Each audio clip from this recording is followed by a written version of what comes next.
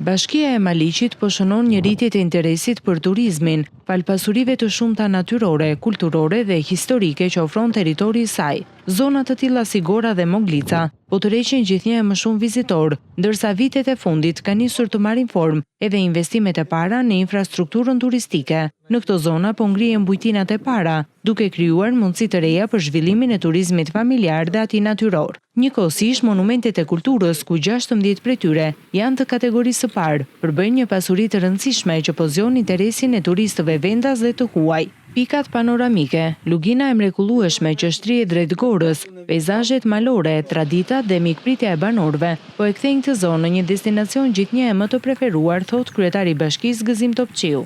Edhe pse ne jemi një bashki me profil bujqësor oblektoral, themi, nuk na mungojnë vendet e bukura në të gjithë territorin e bashkisë. Vetë bashkia ka rreth 16 monumente të kategorisë parë, të cilat janë shpallur me vendim qeverie. Tashmë kanë filluar të rriten edhe bujtinat e para, të shtohen atraksione turistike në zonën e Gorës, në zonën e Moglicës, po edhe rreth fushës, po themi në Leminot, në Çaushli, kanë filluar të themi ato shkëndijat e para, të cilat po kërkohen edhe nga vetë turistët, të cilët po lëvizin në këto zona si zona shumë të bukura, lugina në drejtim të Gorës dhe të Moglicës e pastaj në drejtim të Gramshit, në mendimin ton, por jo vetëm, është nga më të bukurat e Shqipërisë.